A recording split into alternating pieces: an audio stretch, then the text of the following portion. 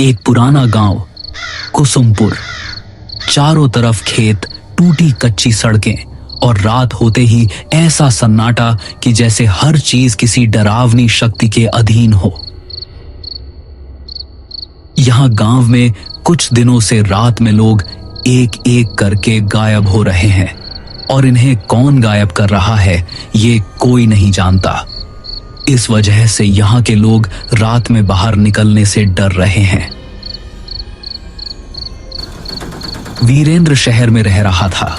उसके पिता की हाल ही में मौत हुई थी और अब उसे अपने पुश्तैनी घर और जमीन के कागज पूरे करने के लिए कुसुमपुर लौटना पड़ रहा था। शाम का समय था। आकाश में हल्की धुंध थी और सड़कें लगभग अंधेरी। वीरेंद्र ऑटो में बैठा गांव की ओर बढ़ रहा था। ऑटो वाला चुपचाप ड्राइव कर रहा था। वीरेंद्र ने मजाक में कहा, भाई रात में तो काफी सुनसान रहता है यहाँ। ऑटो वाला बस एक ही बात बोल पाया, साहब कोशिश करना रात को बाहर मत जाना। रास्ता लंबा और धूंध से भरा था। वीरेंद्र ने बाहर झांक कर देखा तो उसे सड़क किनारे खड़े पेड़ और खेतों के बीच से गुजरती अजीब सी परछाइयां दिखाई दी। हल्की हवा से पेड़ों की शाखाएं जैसे फुसफुसा रही हों। वीरेंद्र ने खुद से कहा, बस शहर में रहकर ही अच्छा था। ऑटो धीरे धीरे गांव के मुख्य चौक पर पहुंचा। वहां का दृश्य वीरेंद्र को हैरान कर गया। पूरे गांव में सन्नाटा था। कोई दुकानदार नहीं, कोई आदमी नहीं। चौपाल खाली थी। कुत्ते भी अपनी जगहों पर भौंक रहे थे। वीरेंद्र ने ऑटो वाले से कहा, भैया आप जाओ। ऑटो वाला सिर हिलाकर चुपचाप वहां से चला गया। वीरेंद्र अपने पुराने घर की ओर बढ़ा। पुराने रास्ते, टूटी सीढ़ियां और जर्जर दीवारें उसे बचपन की याद दिला रही थी। घर का दरवाजा अजीब तरह से बंद था। वहीं उसे अपनी बचपन की दोस्त मंजरी दिखाई दी। मंजरी अब अकेली रह रही थी। उसका चेहरा थका हुआ और डरावना लग रहा था। मंजरी ने धीरे से कहा, और वीरेंद्र इतने साल बाद कैसे हो? क्या हालचाल है? और यहाँ आना कैसे हुआ? हाँ मंजरी, मैं ठीक हूँ। मैं बस अपनी पुश्तैनी जमीन का कुछ काम पूरा करने आया था। लेकिन यह बताओ, ये गांव में इतना सन्नाटा क्यों है? वीरेंद्र, हर रात यहाँ कोई ना कोई आदमी गायब हो जाता है। कोई आवाज नहीं, कोई निशान नहीं। बस सुबह जमीन पर एक काला निशान मिलता है, जैसे किसी ने उन्हें जला दिया हो। वीरेंद्र ने हंसकर कहा, मंजरी, ये सब मनगढ़ंत बातें हैं। गांव वाले डरावनी कहानियां बनाते हैं। अगर तुम इसे हल्के में लोगे तो शायद बाद में पछताओगे। रात में बहुत अजीब चीजें होती हैं। आवाजें, परछाइयां और कभी-कभी नाम पुकारने वाली आवाजें। वीरेंद्र ने उसे शांत करने की कोशिश की, लेकिन उसके मन में डर बैठ गया। वह जानता था कि रात अब शुरू हो चुकी है और गांव का सन्नाटा धीरे धीरे उसे अपने घेरे में ले रहा है। रात गहरी होने लगी। वीरेंद्र घर के पुराने कमरे में बैठा, धुंध से ढकी खिड़कियों के बाहर झांक रहा था। हर खिड़की पर अजीब सी परछाइयां गुजर रही थीं। कभी हवा में फुसफुसाहटें, कभी दीवारों के पीछे किसी का नाम पुकारना। वीरेंद्र ने सोचा, यह सब अजीब है, लेकिन उसके पास समय कम था। वो डरते डरते सोया। अगले दिन जमीन और घर के कागज कंप्लीट करने थे। वो धीरे धीरे गांव की गलियों में घूमना शुरू करता है। वहां हर घर का दरवाजा जल्दी बंद होता है। कोई बाहर नहीं दिखता। चौपाल बिल्कुल खाली। कुत्ते भी अजीब तरह से घूर रहे थे। वीरेंद्र ने महसूस किया कि जैसे हर कोई डर के साए में रह रहा हो। तभी उसे गांव का पुराना पंडित दिखाई दिया।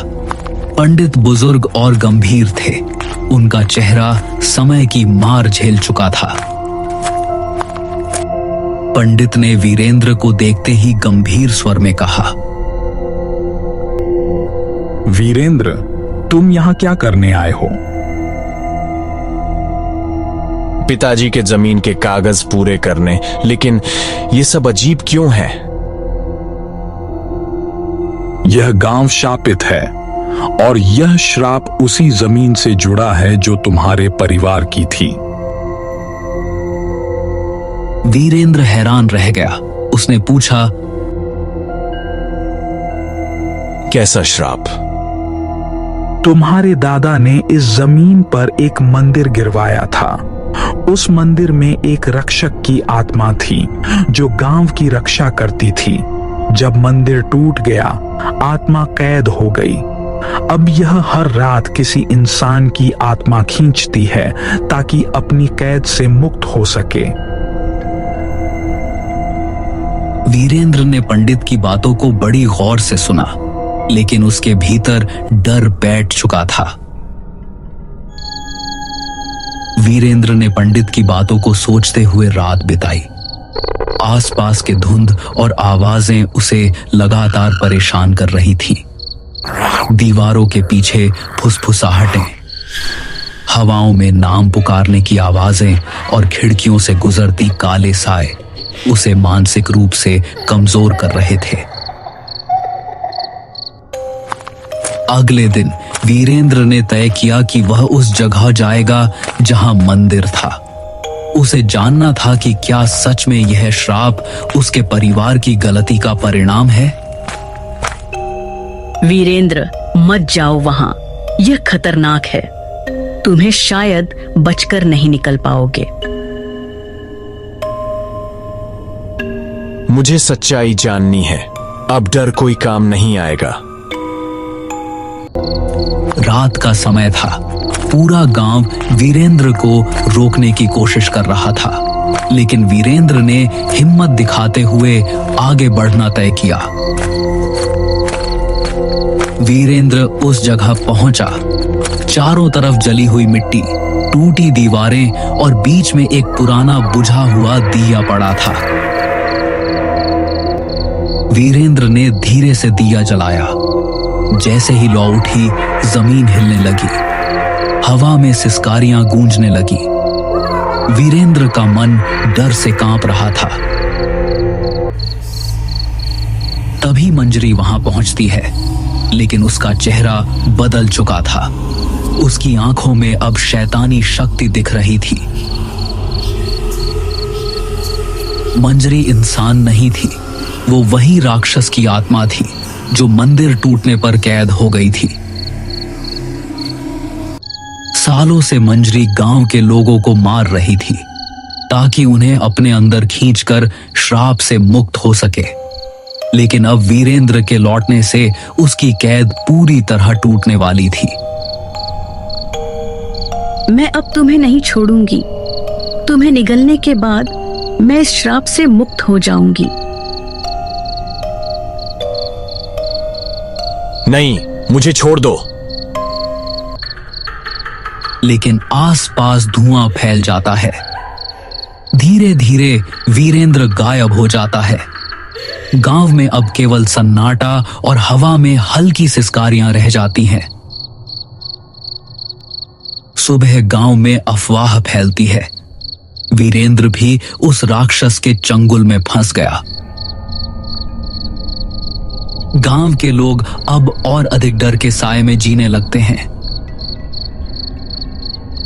कुसुमपुर की धुंध अब और घनी हो जाती है।